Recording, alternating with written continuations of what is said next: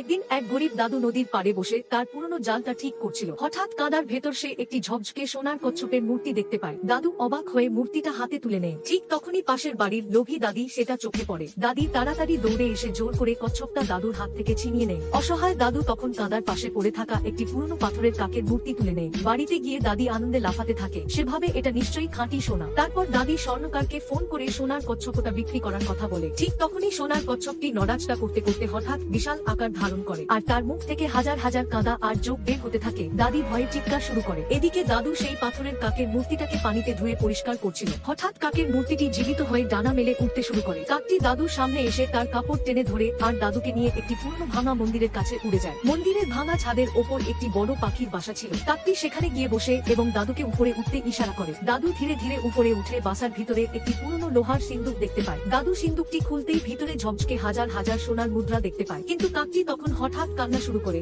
কারণ এখনো কেউ ভিডিওতে লাইক বা সাবস্ক্রাইব করেনি।